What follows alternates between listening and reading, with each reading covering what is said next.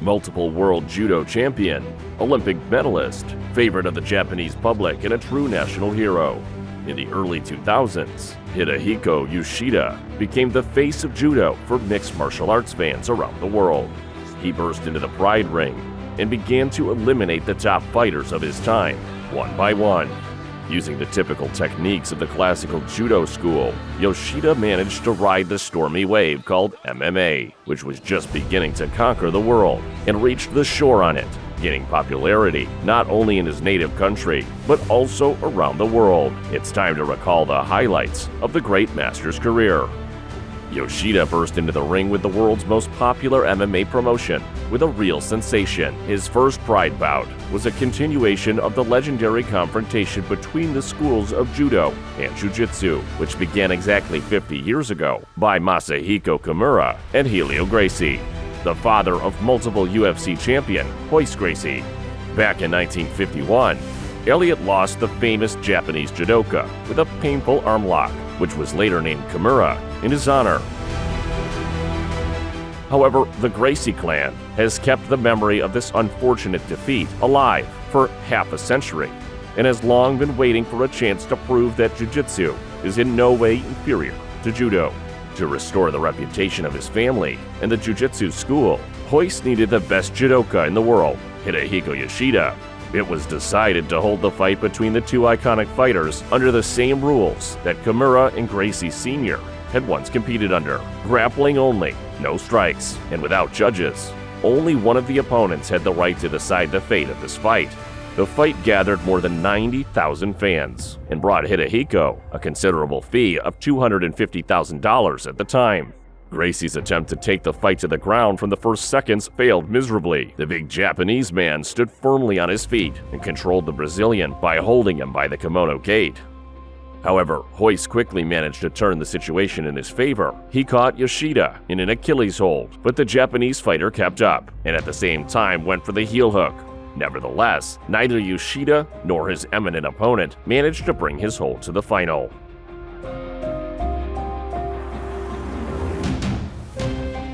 Hidehiko managed to cheer up the disappointed fans with a brutal slam, after which he took side control and tried to perform the same iconic Kimura.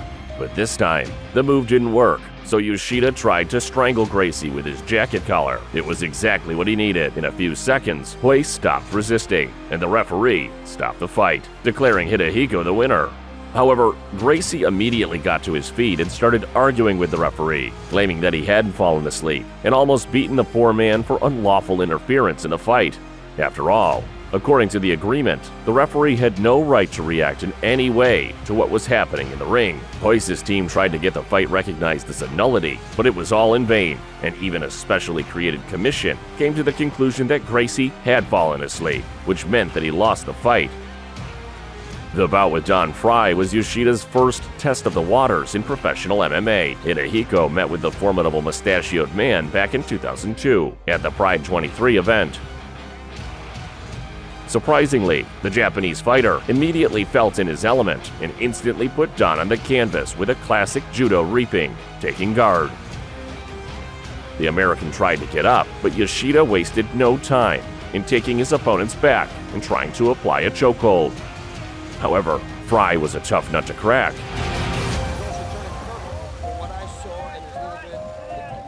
He broke out of Yoshida's iron grip and began to beat his spleen with heavy punches from half guard. In the end, Hidehiko managed to outwit his opponent and get an armbar, which gave him his first victory in professional MMA. After only 6 minutes of defeating mixed martial arts star Don Frye, Yoshida impressed the fans with a lightning-fast victory over Masaki Satake in the very next fight, a neck crank at 50 seconds of the fight. Later, he put Kiyoshi Tamura out of his way, choking him with an Ezekiel choke after a tense 5-minute confrontation. A series of convincing victories made Hidehiko a kind of national hero. However, some mixed martial arts fans began to suspect that Pride was deliberately protecting its favorite from truly dangerous opponents. However, these suspicions were dispelled when Hidehiko met the dominant Pride middleweight champion Wanderlei Silva in November 2003. In the semifinals of the annual Grand Prix, a real war broke out between them. In the stand-up, Yoshida had no chance against the Brazilian knockout artist, so he immediately moved his opponent to the ground. But even there, he couldn't dominate Silva. Wanderlei kept Hidehiko at arm's length and landed blow after blow, and soon closed the triangle choke.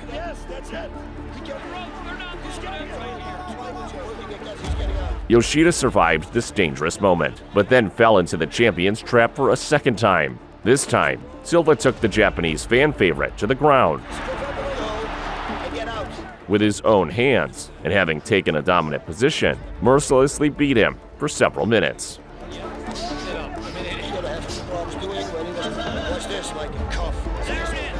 After this episode, Hidehiko seemed to be replaced. He was desperate to exchange with Silva, who was much stronger in striking, although he missed a lot of shots. And then he got a takedown and almost choked him out with an anaconda choke.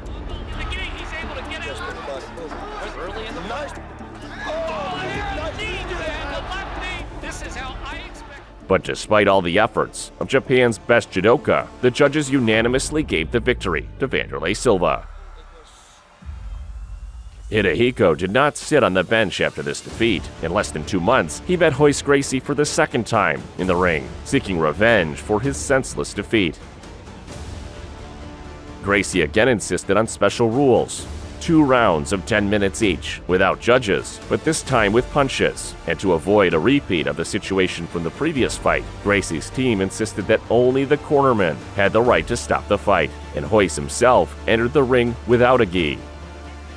But despite all the precautions, everything went wrong from the very first minutes. Royce landed a left hand right in Hidehiko's groin, and the fight had to be paused. As soon as Yoshida was able to continue the fight, he immediately went on the attack and took the Brazilian to the ground.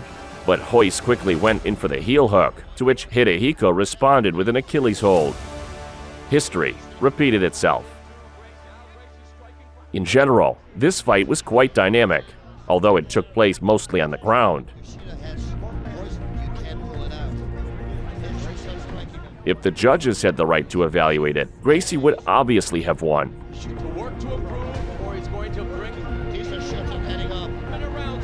He took his opponent's back several times, threw much more punches, and generally looked more convincing.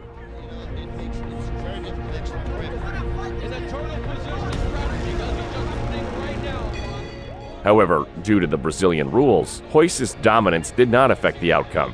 The fight ended in a draw, and Gracie failed to get his long-awaited revenge. Hidehiko's next fight in the Pride ring took place 6 months later. He got Mark Hunt as his opponent. The Super Samoan had just finished his kickboxing career, and this was his debut fight in MMA. Hidehiko immediately showed the newcomer the main charms of MMA. He instantly dragged Hunt to the mat and grabbed his arm, trying to apply an armbar. The Samoan managed to get out of the Japanese champion's iron grip, but he only delayed the inevitable. After an unsuccessful attempt at the guillotine choke, Hidehiko went for the armbar for a second time, and this time he managed to finish the hold, forcing the burly Samoan to clap and surrender. The victory over Hunt, known for his incredible knockouts, broke an unsuccessful series of fights that almost ruined Hidehiko's reputation. The Japanese samurai's triumph was short-lived. In December of the same year, Hidehiko lost the unanimous decision to another MMA debutant, Olympic Greco-Roman wrestling champion, Roland Gardner. Yoshida was knocked down in the first minute of the fight, and in the rest of the allotted time, he showed nothing interesting, disappointing the fans who were looking forward to this duel of styles. This defeat to Gardner was quickly forgotten against the backdrop of Hidehiko's next meeting with Wanderlei Silva, which took place in April 2005.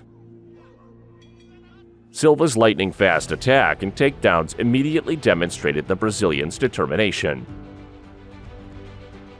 Although Hidehiko successfully controlled his opponent in the first round and landed a lot of accurate strikes on the ground, the events did not go in favor of the Japanese champion.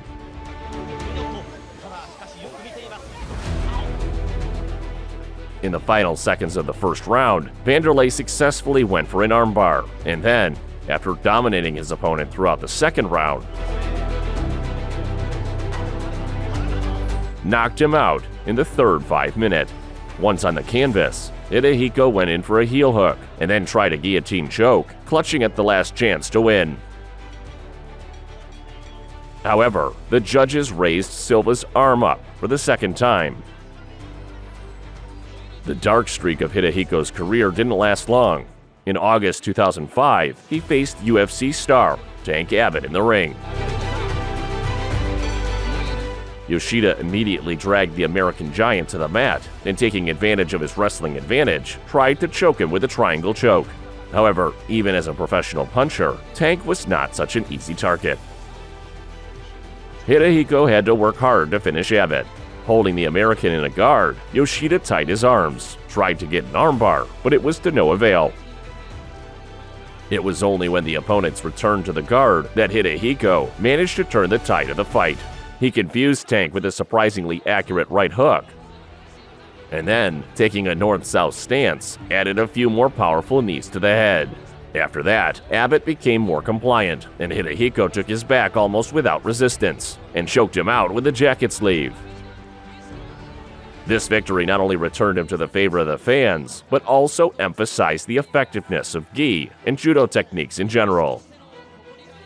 Hidehiko's next fight, which took place at the end of 2005, became very personal for him. Yoshida got another iconic Japanese judoka as his opponent. Naoya Ogawa was no less famous in the land of the rising sun than Yoshida himself. However, this guy was not only a 4-time world champion, an Olympic silver medalist, but also Hidehiko's personal enemy. Their rivalry began in their student days and only grew after their fight at the 1994 Asian Championships. For the first time, Yoshida came to a fight with Ogawa without a gi, and in general, he changed his strategy somewhat. Hidehiko had never attacked an opponent so rapidly from the first seconds of a fight. A few powerful right hooks, a knee to the body, and Yoshida was already pulling his opponent to the canvas and wasting no time in trying to Achilles hold.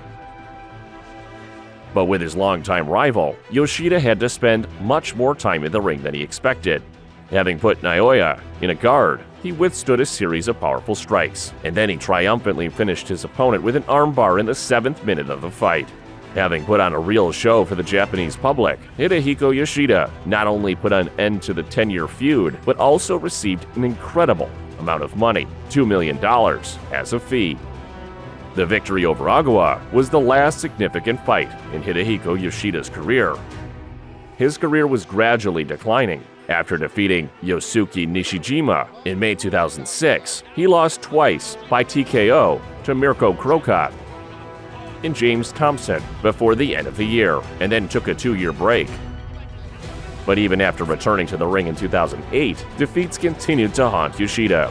One of his best students, Kazuhiro Nakamura, put an end to the great judoka's MMA career in April 2010, when Hidehiko lost by unanimous decision. After finishing his career in professional MMA with a not-so-convincing 9-8 record, Hidehiko Yoshida still accomplished his main mission. He proved the effectiveness of judo in mixed martial arts and raised its popularity to a much higher level. Now Hidehiko trains judo and MMA fighters in his own gym, Yoshida Dojo, which he opened in 2000. And although he no longer enters the professional ring, his numerous students continue to conquer the world's top promotions, demonstrating the importance of the cult Japanese martial arts to which their sensei has devoted his entire life. Subscribe to our channel and enjoy the best episodes from the world of mixed martial arts. Also, don't forget to like and comment. Help us make our content even better. We'll see you in the next video.